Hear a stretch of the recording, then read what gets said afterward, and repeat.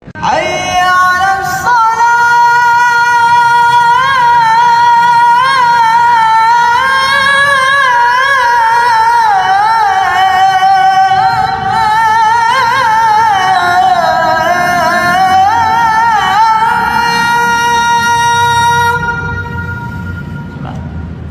Kita akan bicara tentang asnafu mustahiqiz zakat as-samaniyah atau al-asnaf as-samaniyah. 8 golongan yang berhak menerima zakat dalam surat At-Taubah. Kata Allah, innamas shadaqatu lil fuqara wal masakin wal 'amilina 'alaiha wal mu'allafati qulubuhum wa fir riqab wal gharimin wa fi sabilillah wa ibnis sabil. Kata Allah Subhanahu wa taala, sesungguhnya innama, sedekah itu hanya untuk 8 orang, kata Allah Subhanahu wa taala. Yang pertama adalah fakir, fuqara. Yang kedua adalah miskin. Yang ketiga adalah lil fuqara wal masakin wal muallafati wal amilin alaihin, amil zakat. Amil zakat.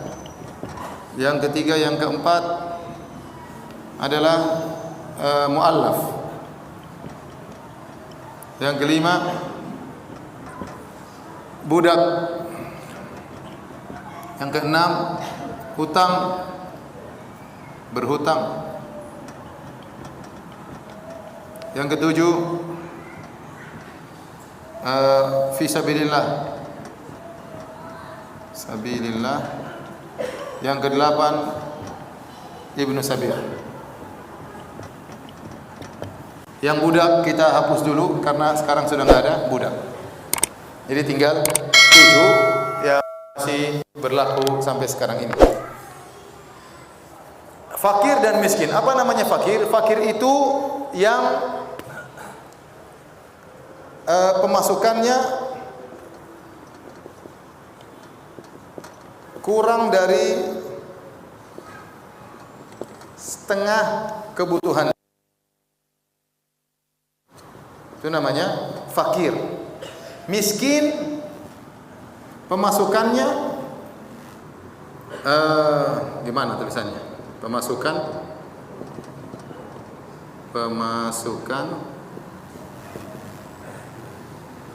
kurang dari 1 tapi lebih dari setengah.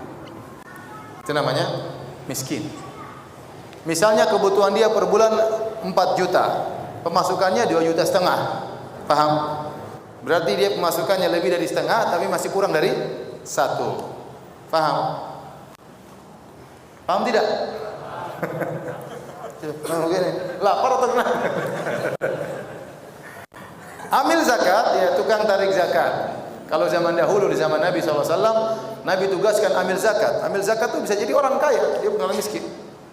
Nah, amil zakat itu berhak mendapatkan zakat sesuai dengan upah yang wajar untuk dia. Ingat ya, sesuai dengan upah yang wajar untuk dia. Karena sebagian orang ngawur, dia dapat zakat nih, dapat zakat 800 juta. Langsung dia bagi 8, ambil zakat 1/8. Enggak benar seperti itu.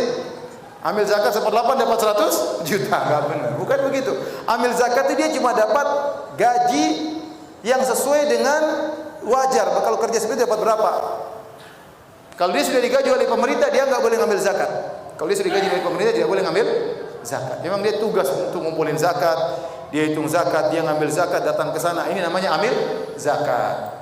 Nah, dia boleh ambil bukan dengan persentase. Kalau dapat zakat 1 miliar dapat sekian banyak, enggak boleh seperti itu. Dia dapat zakat sesuai dengan pekerjaan dia. Kira-kira orang seperti ini gaji berapa yang wajar? Paham? Itu zakat yang berhak dia dapatkan, bukan kemudian 1/8 diambil ya. Paham? Baik, berarti dia dapat apa? Gaji yang wajar ya. Upah yang wajar. Mu'allaf ini ada 2. Mu'allaf ada 2.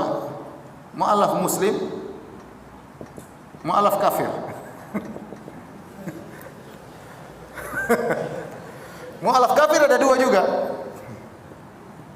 Yang diharapkan masuk Islam, yang ditakuti gangguannya.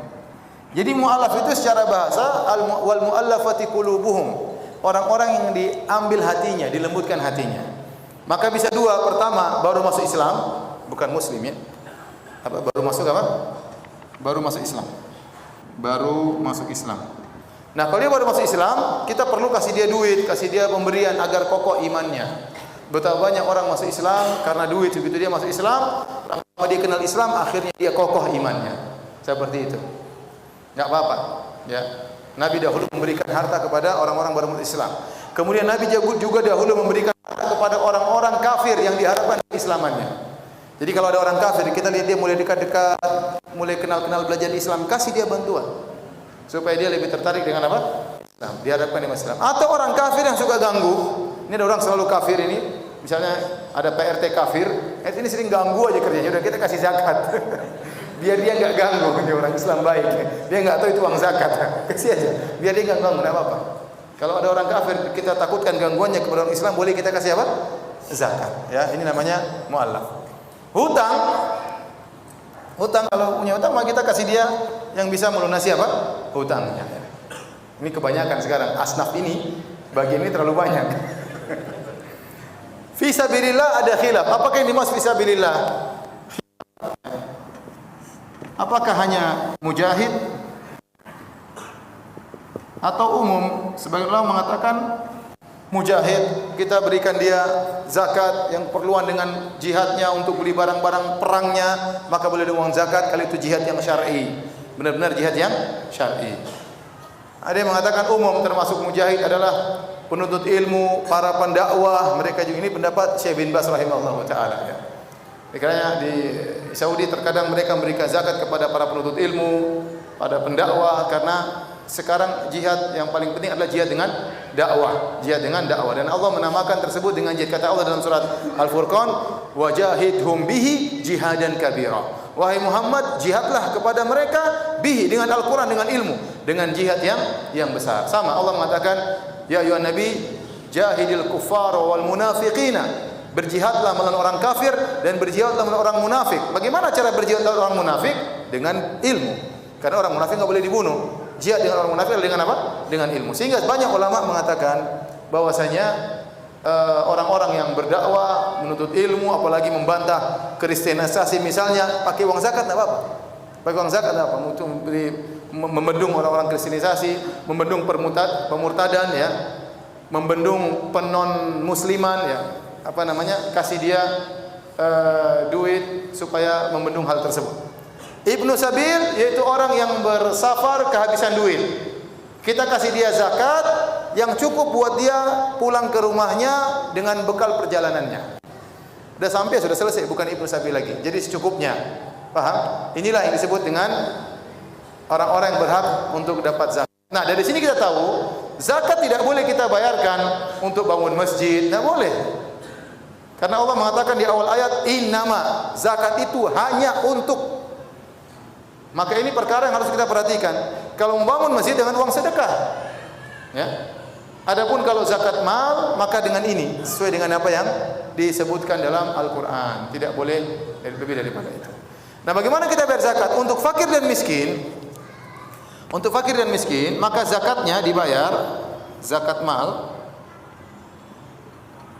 yang cukup memenuhi kebutuhannya setahun.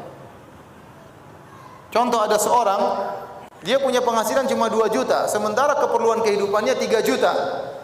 Dia masuk fakir atau miskin?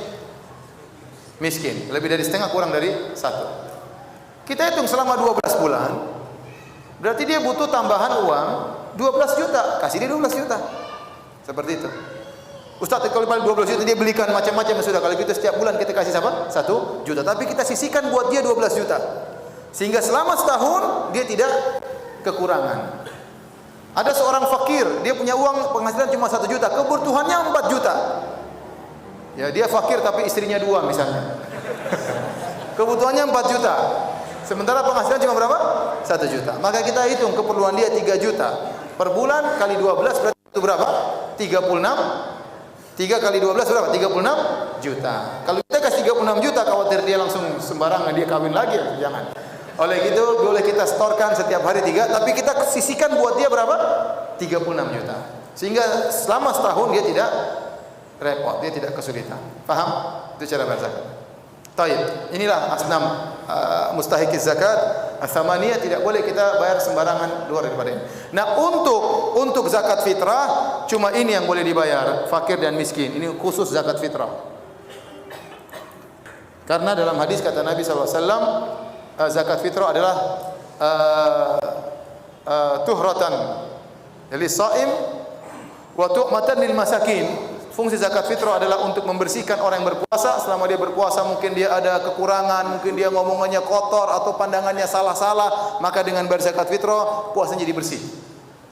Yang fungsi kedua tu'matan lil masakin, untuk memberi makan kepada fakir miskin. Jadi zakat fitrah cuma untuk fakir dan apa? Miskin. Faham?